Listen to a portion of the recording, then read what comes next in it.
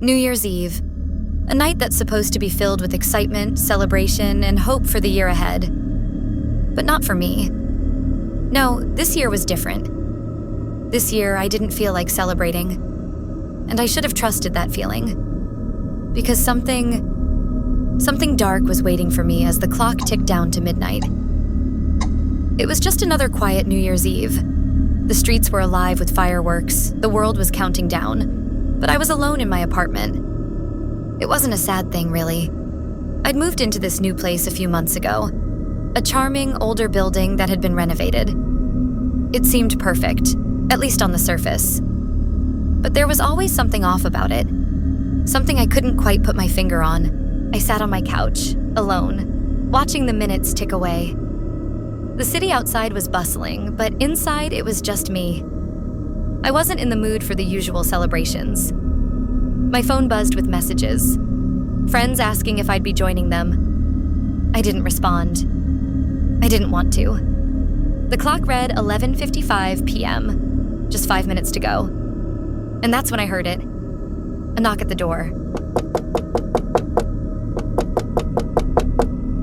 My heart skipped. Who the hell could be at my door? I wasn't expecting anyone, and everyone in the building was either out at a party or at home with their families. Maybe it was a neighbor? But who knocks like that on New Year's Eve just before midnight? I stood up, hesitant. My apartment was quiet, save for the hum of the city outside. I walked to the door, slowly, and peeked through the peephole. Nothing. I opened the door, half expecting to see some prankster or maybe a drunk neighbor. But the hallway was empty. Only the dim lights of the building's corridor illuminated the space. Then I saw it.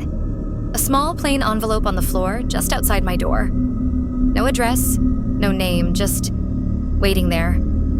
I bent down and picked it up. The paper was cold. Too cold. I frowned. What the hell? I opened the envelope, and inside was a single sheet of paper. The handwriting was strange, jagged, frantic, like someone had written it in a rush. The words were simple but chilling. "Run, Sarah." My blood went cold. I stared at the paper, my hand trembling. It couldn't be. This had to be a prank. But the feeling in my gut told me otherwise. I glanced down the hallway again. Empty. Silent. Yet, I couldn't shake the feeling that something was wrong. Something was waiting for me. And then I heard it. Footsteps. Slow, deliberate steps. From above. The apartment above mine had been vacant since I moved in. No one lived there. I'd even checked before I moved in, just to make sure. But now, there they were. Footsteps, heavy and slow, as if someone was pacing. I froze. My heart pounded in my chest. The footsteps grew louder. Closer. Closer. Then, another knock. I nearly jumped out of my skin. I looked back at the door, then quickly checked the hallway again. No one. Nothing.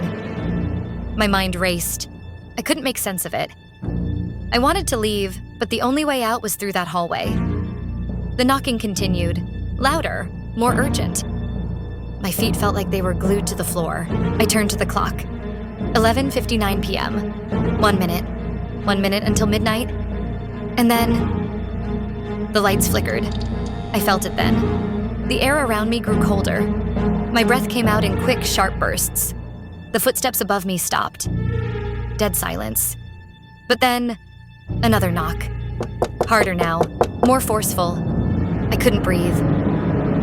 The seconds dragged on, the clock ticking louder in the silence of the apartment. And then, the door slammed open. I didn't see anyone at first. Just shadows swirling in the hallway. But I could feel them, like they were watching me. I backed up, my heart racing. I couldn't think. My legs were shaking. And then I saw them. Figures standing in the hallway in the dim light. Figures that I couldn't quite make out, standing just beyond the door. Their faces were hidden. I couldn't move. I couldn't scream. The clock struck midnight. And that's when I realized this wasn't just a bad night. This was the beginning of something far worse. The door slammed shut behind me. I turned around, my mind racing. What was happening? Why couldn't I move? The figures in the hallway. They were getting closer.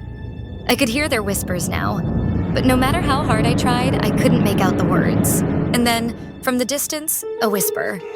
A soft, chilling whisper, right in my ear. "Run, Sarah." I couldn't breathe. I couldn't move. My legs wouldn't obey. The clock still ticked. And those figures, they were getting closer. And just like that, I understood. There was nowhere to run. The night had already claimed me. Sometimes the past doesn't let you go. You can try to escape, but it always finds you, just like the ticking of a clock. So next time the clock strikes midnight, be careful, because some things never stay in the past.